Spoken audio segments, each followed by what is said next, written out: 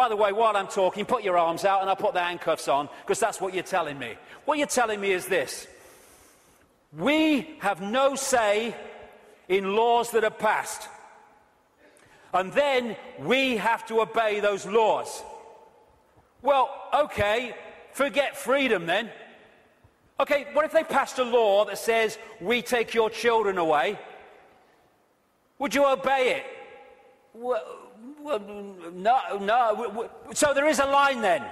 There is a line. It's just, where is that line? And if a law does not respect human freedom, it does not respect human justice, it doesn't respect fair play, we should not be acquiescing to those laws. We should be refusing to acquiesce. They've thought of everything. They have devices, video devices, that can take you and put you next to Osama bin Laden and have words coming out of your mouth supporting him. That's right. They can put transmissions into your brain that make you think it's your thought when it's coming from a microwave tower.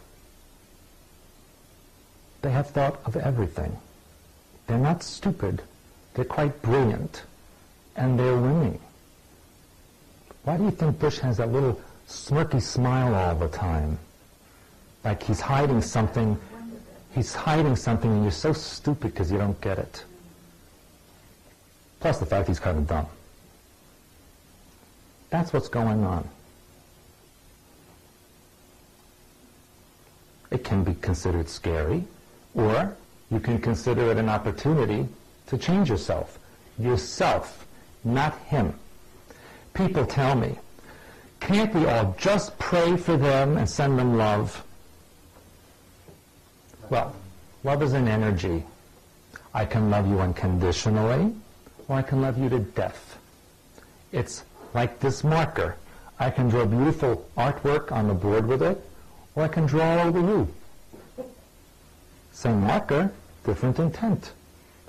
Energy, what are you going to do with it? Energy is energy. It's how you direct it. God-mind does not intervene. There is no such thing as divine intervention. God-mind is neutral. It allows all things. That's why how it knows itself. That's why you have free will. You want to burn yourself up in a fire? God-mind will let you do that. You want to become a holy man, live on a mountain? God-mind will let you do that. Free will. From happening, you won't learn. It comes from your own oversoul and your own mind pattern within that oversoul. That's what directs the God-mind energy. Free will. The conditioning of belief which disconnects us from who we really are. And if we can just break that eggshell and we can express the true nature of who we are and not live someone else's version of what we should be, when the eggshell cracks, we reconnect with mission control. And at that point, we taste freedom. And that is the challenge now that we all have, and the opportunity we all have. Chinese have a word that means both danger and opportunity. We're at the point now of that choice. Because that's what life is. It's a choice and learning from the consequences of the choice and making different choices and learning from the consequences of them. That's what evolution is.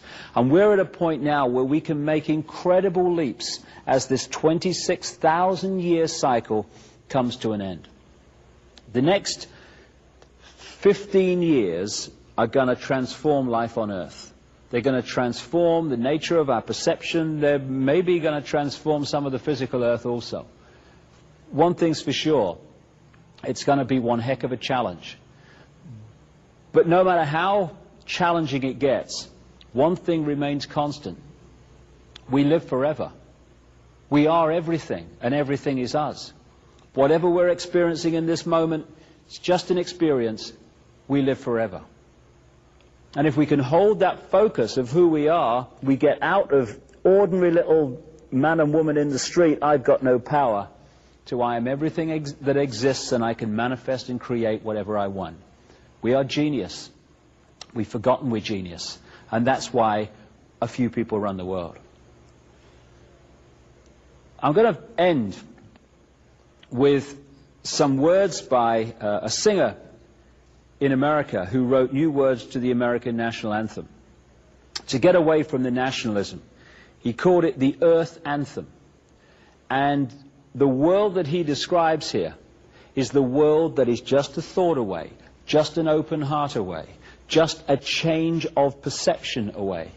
We can think hate, we can think love. We can create a world dominated by hate and fear, or we can create a world dominated by love, compassion.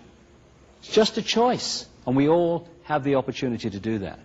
So I'll leave you with these words, with the emphasis that this is the world we can and will create. When we heal ourselves, we heal the world. When we change ourselves, we change the world. When we love ourselves, we love the world. And when we love the world, it manifests in a very different form to the one I've been talking about these hours over these thousands of years of manipulation. Freedom is upon us. Time to grasp it.